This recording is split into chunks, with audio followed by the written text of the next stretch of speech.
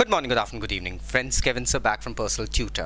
Standard 8th history playlist आप लोग देख रहे हैं.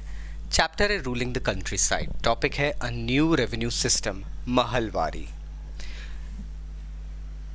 18th सेंचुरी खत्म होते होते सडनली ये ब्रिटिशर्स को लग गया था कि अब रेवेन्यू सिस्टम बदलना पड़ेगा. अर्ली 19th सेंचुरी में इन लोगों ने ये परमानेंट सेटलमेंट का जो सिस्टम था उसको एबॉलिश करने की पूरी नीति बना ली थी.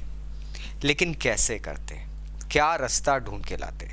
ज़मींदार वहाँ पे लगातार रेवेन्यू अर्न किए जा रहे थे because from 1810 onwards, that is the first decade of 19th century, market rose, cultivation conditions really got improved. लेकिन ईस्ट इंडिया कंपनी का जो रेवेन्यू था वो फिक्स था because under permanent settlement East India Company could not get more revenue ever in future. जमींदारों के पास ज़्यादा पैसा आने लगा था. ईस्ट इंडिया कंपनी को सडनली लगा यार हमें अगर अपना कंपनी का एक्सपांशन करवाना है तो ये फिक्स रेवेन्यू सिस्टम पे हम कभी भी नहीं टिक पाएंगे. हमें अपना कारोबार बढ़ाना है और ये यहाँ से रेवेन्यू फिक्स आ रहा है. So they started searching for new options. इसी वक्त बंगाल प्रेसिडेंसी, बंगाल की प्रेसिडेंसी जिसे बंगाल प्रेसिडेंसी कहते हैं, उस वक्त 3 प्रेसिडेंसीज थी दोस्तों. First was Bengal presidency, Madras presidency, अभी जो चेन्नई कहते हैं, और इसके बाद में आती है बॉम्बे प्रेसिडेंसी जिसे हम मुंबई आज कहते हैं.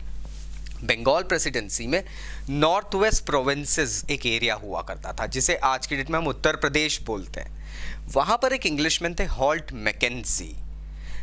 This person in 1822 he invented and thought a lot about the Indian society. इन्होंने इंडियन सभ्यता के बारे में काफ़ी कुछ सोचा समझा परखा था.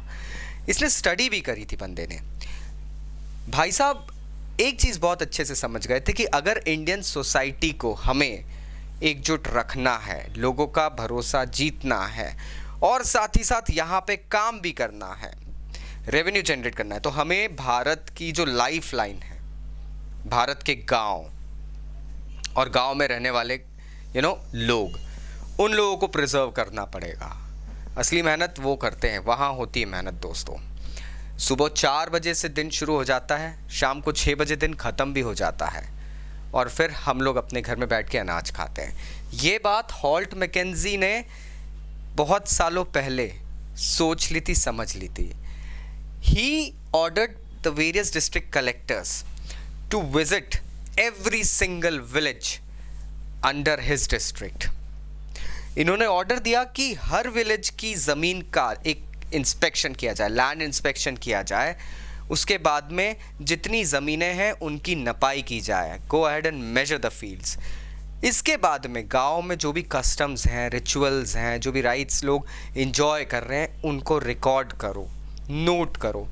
And then a village was divided into a mahal. A village was named as a mahal, एक पूरा एरिया, और वहाँ पे फिर रेवेन्यू डिसाइड होगा कि यहाँ से कितना रेवेन्यू लेना है और वो पूरा विलेज मिल के ये लगान चुकाएगा. Remember that movie. नाउ इसमें एक और तर्क रखा गया था that this revenue will be step by step refurbished, recalculated, एक पीरियोडिक रिविजन किया जाएगा. यहाँ पे किसी साल अगर कम रेवेन्यू जनरेट हो रहा है या क्रॉप कम है, हार्वेस्ट कम है, तो रेवेन्यू कम रहेगा. अगर बड़ा आगे चल के हार्वेस्ट तो ये रेवेन्यू और बढ़ा दिया जाएगा. ये कंडीशन रखी गई थी दोस्तों इसके अंदर. लेकिन अक्सर ऐसा होता नहीं था, कम क्योंकि लैंड हमेशा कम होती रहती है, रेवेन्यू आपका सेम रहता है या फिक्स रहता है. तो यहाँ पे भी गड़बड़ होने लगी थी.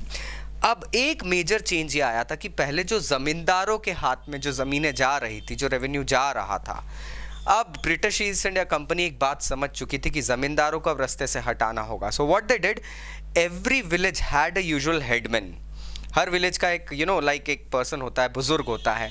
तो अब ये सब चीज़ें उस विलेज हेडमैन से रेवेन्यू के थ्रू में कलेक्ट की जानी थी. मतलब वो अब विलेज हेडमैन जो था, that person was responsible of collecting the revenue from the whole mahal, that is the village, and giving it to the company officials.